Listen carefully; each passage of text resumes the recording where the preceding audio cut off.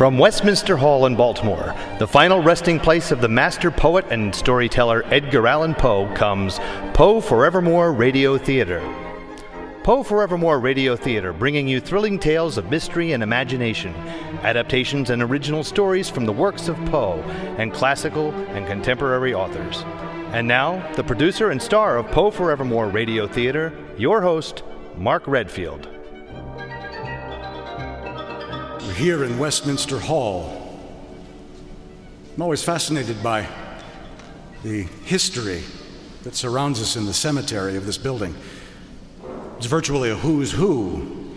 There are mayors, there are generals, many of these people, and the dates go back to the American Revolution.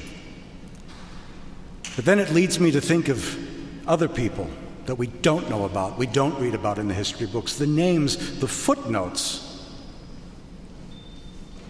in these stories. And then I think about the cemetery that surrounds this building, and I think of the dark side, the ghouls, the grave robbers. And indeed, there is a name that is merely a footnote in the history of Baltimore and the history of grave robbing in Baltimore. It's just a name, an assistant, a fellow named Frank. And I often wonder, much as I do the famous people, but these people, the footnote people, what are their stories? And if I could ask them questions, what questions would I ask of them? If I'm going to do this, I need the right feeling. What do you mean by the right feeling? Well, like sounds, for instance. Can you make a horse sound? Try again. It will have to do. You know, it's interesting that you... bells. It was the fashion of the time that in the winter many were known to attach bells to their nags. We will need them. Oh, the sound of digging, and earth being tossed by a shovel, yeah. Not in the winter, laddie. Ground frozen hard. It would be the sound of the heavy front piece being lifted off of a crypt. Right. Yes, that's what we would be needing. And, of course, the sound of the mob, the running, the chasing. We'll have all the sounds we need. Fear. You have the sound of fear, the sound of loss. I think not. I think we'll be okay. Frank, what do you remember? Remember from that night? Yes. I remember the smell of her hair. Stop it, Frank.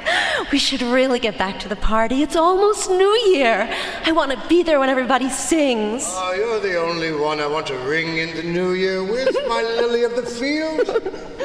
Now, let's get that corset back off. Oh, this corset will stay on now that it's on. Thank you very much. I want to go down to the party.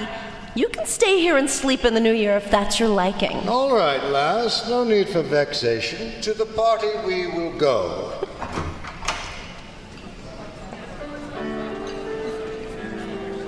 Lily, we were very fond of each other. I could easily have doted on her to the end of my days. You had a girl. I did indeed, laddie. What do you think? I'm too much of a ghoul to have had a girl. Well, yeah. Awkward pause. So, we went to the party. Frank! Rose! It's Lily. Of course, my dear. It is. Of course it is. What is? What? My name is Lily, not Rose. Who was acting silly, Rose? Her name, you rum-soaked drunk, is Lily. You got that it's a flower, but that's about all. I am drunk. In a few minutes, it's not going to be 1835 anymore. Poor 1835, gone forever. I suppose that's reason enough to get drunk. It is indeed. You should try the rum punch. It's made with rum. I have to go throw up now, but I will return. You do that. Oh, look, Emma! Oh, give me a moment with her, Frank, please. I'm working on a dress for a wedding. It's nearly finished, and I want her to try it on come Monday. I will be by the rum punch and the food. Now, you be but a minute, and mind you don't talk to the ladies. Well, I will talk, but talk is all I will do now. Kiss me. She walked across the room like in a dream. I went to get some rum punch. Frank! Oh, Dr. Davidge. I'm glad I saw you. I need a word with you. Well, first some more rum punch. It is good. Now, what do you want to talk about, Doctor? Not here. Tomorrow, can you come to Davidge Hall, say 9 a.m.? Well, tomorrow being New Year's Day, I will have to say no. But if your invitation extended to 2 p.m. or thereabouts, I would be inclined to say yes. 2 p.m. then, but for God's sake, be punctual. I will make a point of it. Frank, it's almost midnight. 10, 9, 8, 7, 6, 5, 4, 3, 2, 1. Happy New Year!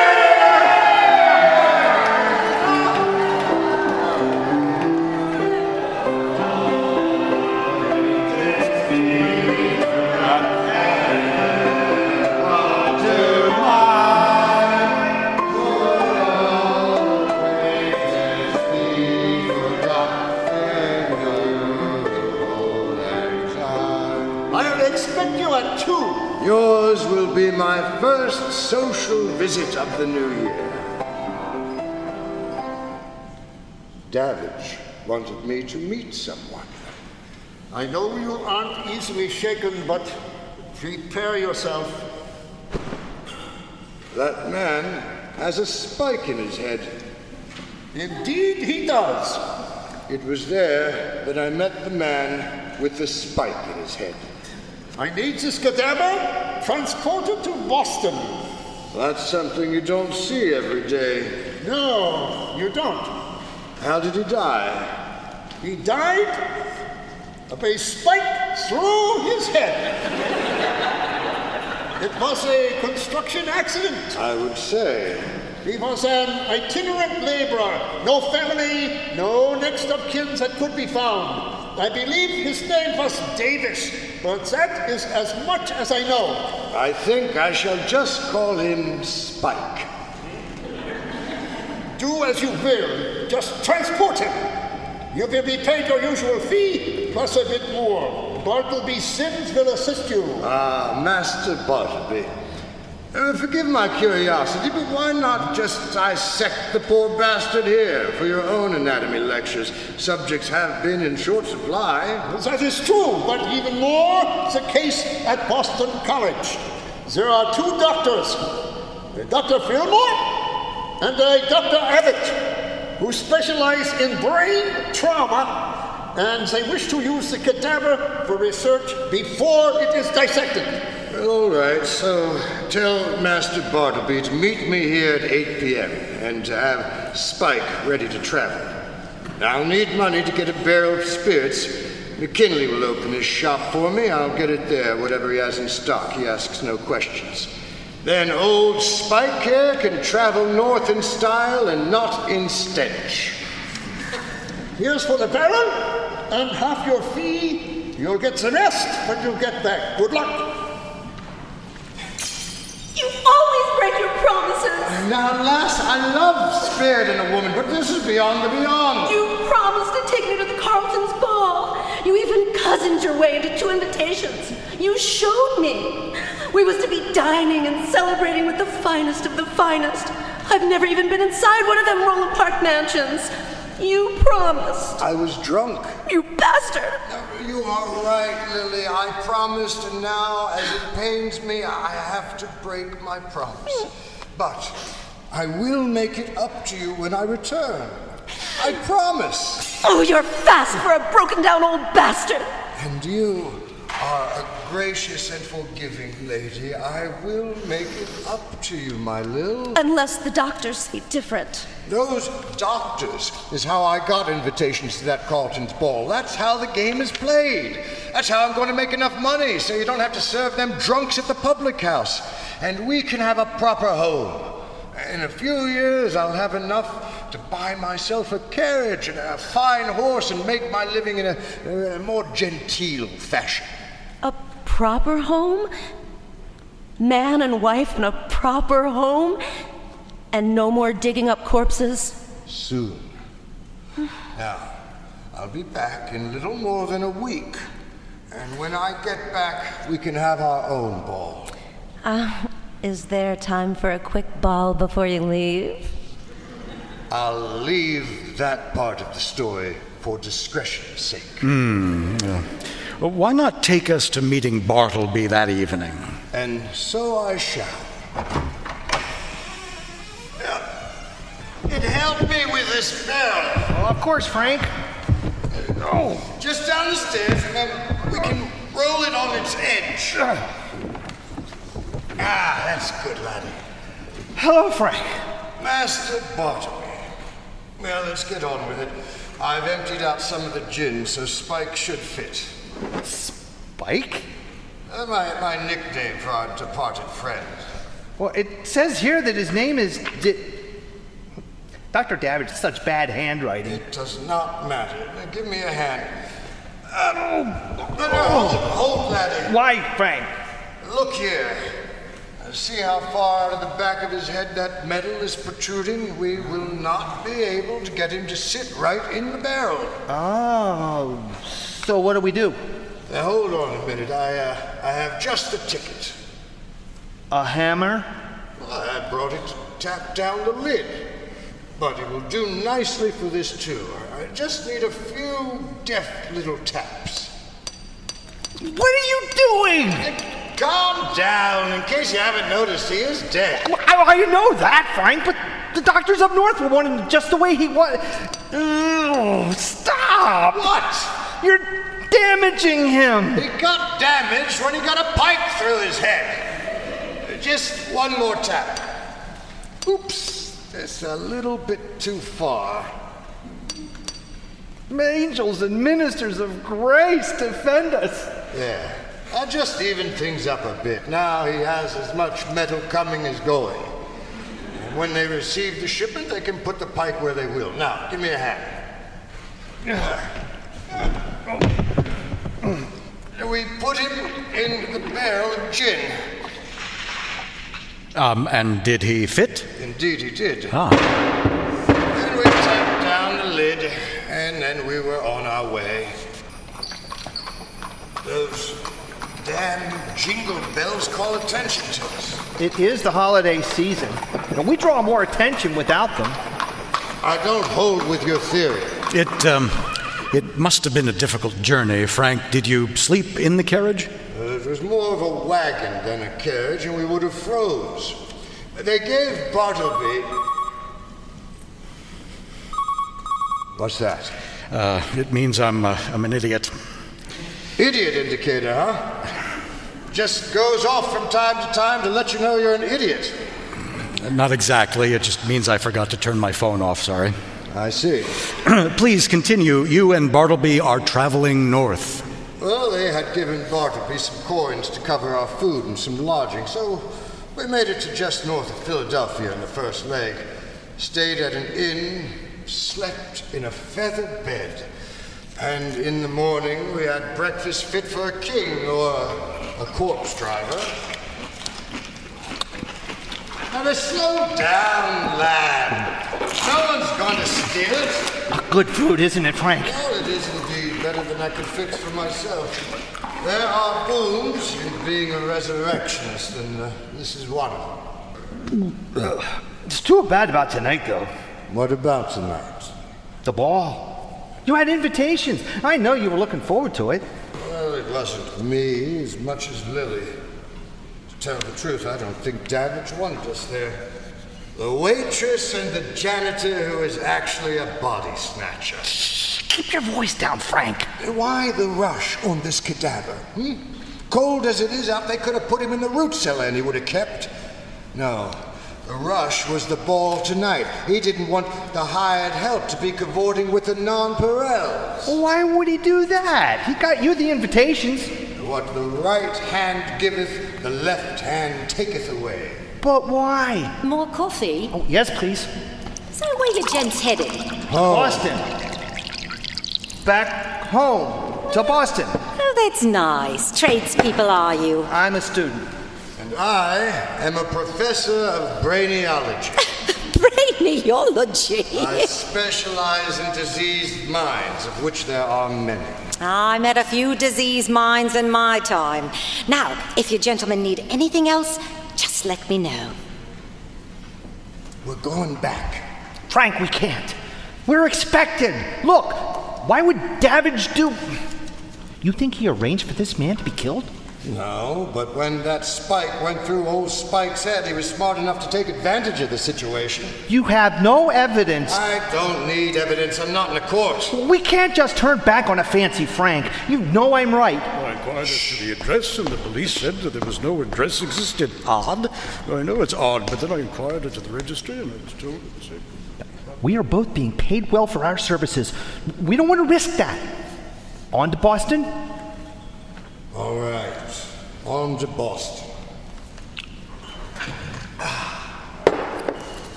Well, if we push hard, we might make it to Bridgeport tonight.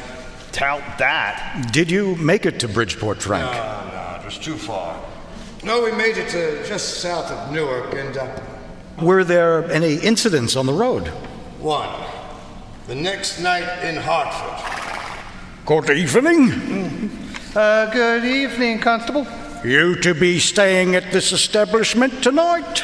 That is our intention. Well, you can't leave your wagon here. No? No, sir, you cannot. Now, you can take it over to the stables straight down the street about half a mile, or you can leave it around back. That is, if you are staying here at the Corman Inn. But only, and I mean only, if you are staying at the Corman. There's a space round back reserved for guests. Thank you, officer. That's what we will do then. What's in the back? Excuse me? What are you transporting in the wagon? A few odds and ends, some clothes, and a barrel of spirits. Produced at our distillery in Baltimore. I have a cousin in Boston, and he says he's doing well with his public house.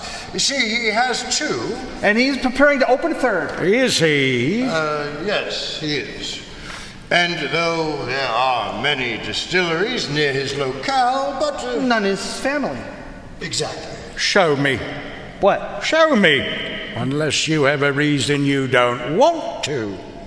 No reason whatsoever, officer. In fact... Frank. You'll notice, see here, the tax marks, all legal and above board with us. It is the only way to conduct business if you want your business to have a future. Indeed you do. Constable, it is a cold night. What would you say to an offer of a cup of the finest gin in the country? I might be inclined to say yes, and thank you very much to boot. Frank and Sons Gin. The gin with body. Here you go. Angels and ministers of grace defend us. That is good. Can I trouble you? For another nip, certainly. But then I'll have to reseal the cask, you understand. I do indeed. To long life. I'll drink to that. That is good. What is that? There's a flavor I can't put my finger on. Proprietary secret, I am afraid. Oh, I understand. Off duty in an hour, then home to the wife. Now remember to move that wagon to the rear. It will be safe back there. Thank you, officer. Good evening. My best to the missus. Now, go see about a room while I take this round back. I'll see if I can get us anything to eat.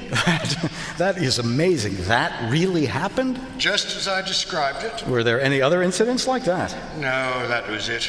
In 2 days' time, we were in Boston. One point of interest, we had been given 2 names, you understand. The names of 2 doctors to ask for when we arrived. One was out, and the other one was...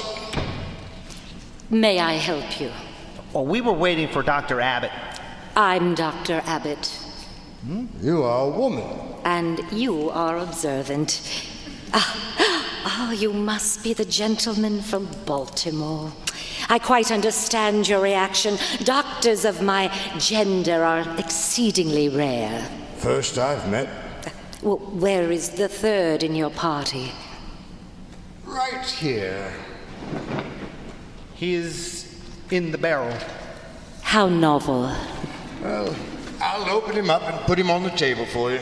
Please, and I have been authorized to give you this. And that was that. Except she surprised both of us. After we had taken Spike out of his barrel, Dr. Abbott said... You can leave the barrel. I'll have it put in storage. What did she want it for? We did not ask. We headed back to Baltimore feeling chuffed. The return was uneventful. I even allowed some of my anger at Davidge to subside. When we got back, it was late, so I hit the rack hard and slept till I was awakened by an intern named Channing. There had been an incident while I was gone. He was uncertain as to the details, but the body had been interred in a crypt until spring, when a grave could be dug. I was to retrieve the body tonight, and Bartleby once again would assist. We made it into the boneyard just a few blocks from Davidge Hall about 11:30 on a very dark and cold night. This is it. Give me a hand. Hand me that lantern. This coffin, this must be it. We should have brought some sandbags to put in the coffin. In fact, I might come back tomorrow night, do the same. That way in the spring, and they put the coffin in the ground. The weight will be right. Oh my God! Frank! It's Lily! What could have happened? Frank! My Lily. Look at her neck. It looks like she's been strangled.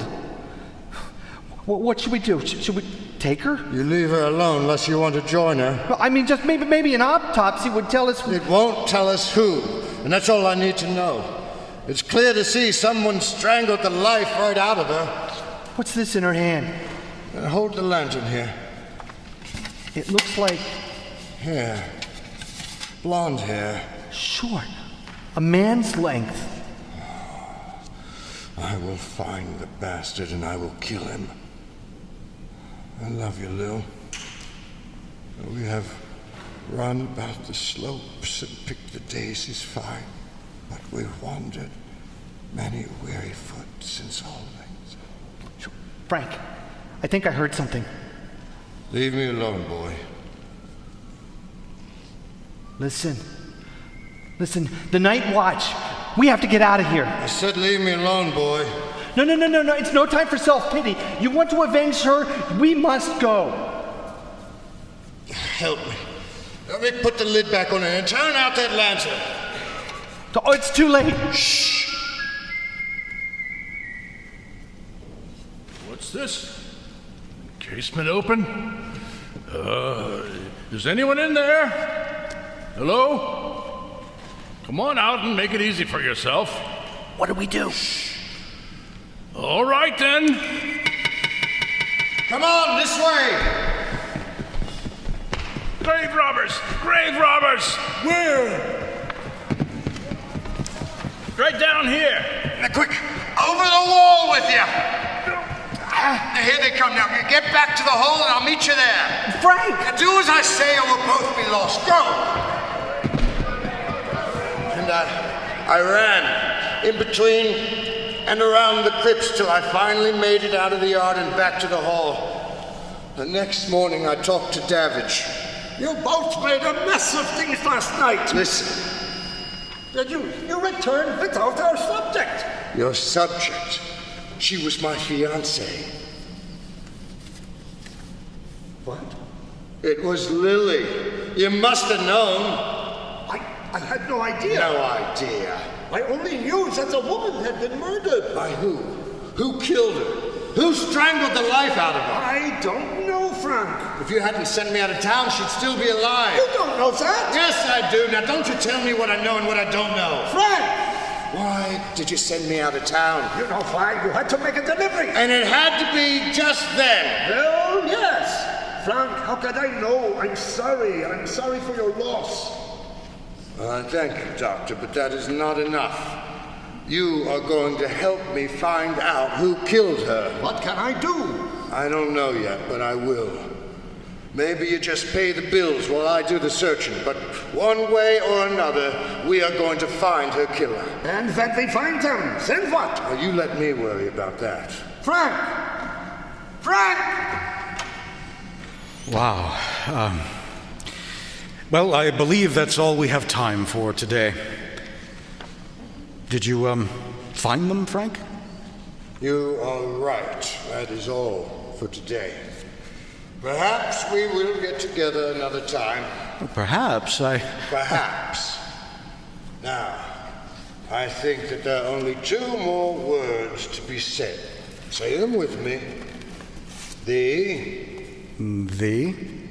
end. End. The end.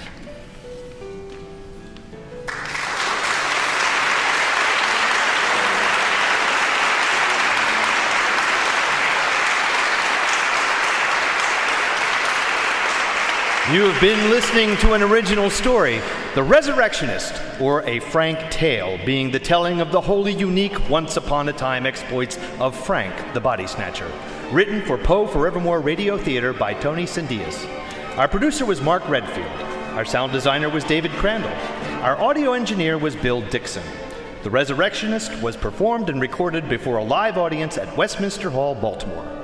Our play starred Tony Tsendeas as Frank, with John Aston as Davidge, and Mark Redfield, Patricia Coleman, Mary Ann Perry, David Crandall, and as Bartleby and your announcer, me, Chris Fingston. For a full program schedule of plays and audiobooks, please visit us at poeforevermore.com. Please join us again for another thrilling tale of mystery and imagination at Poe Forevermore Radio Theater.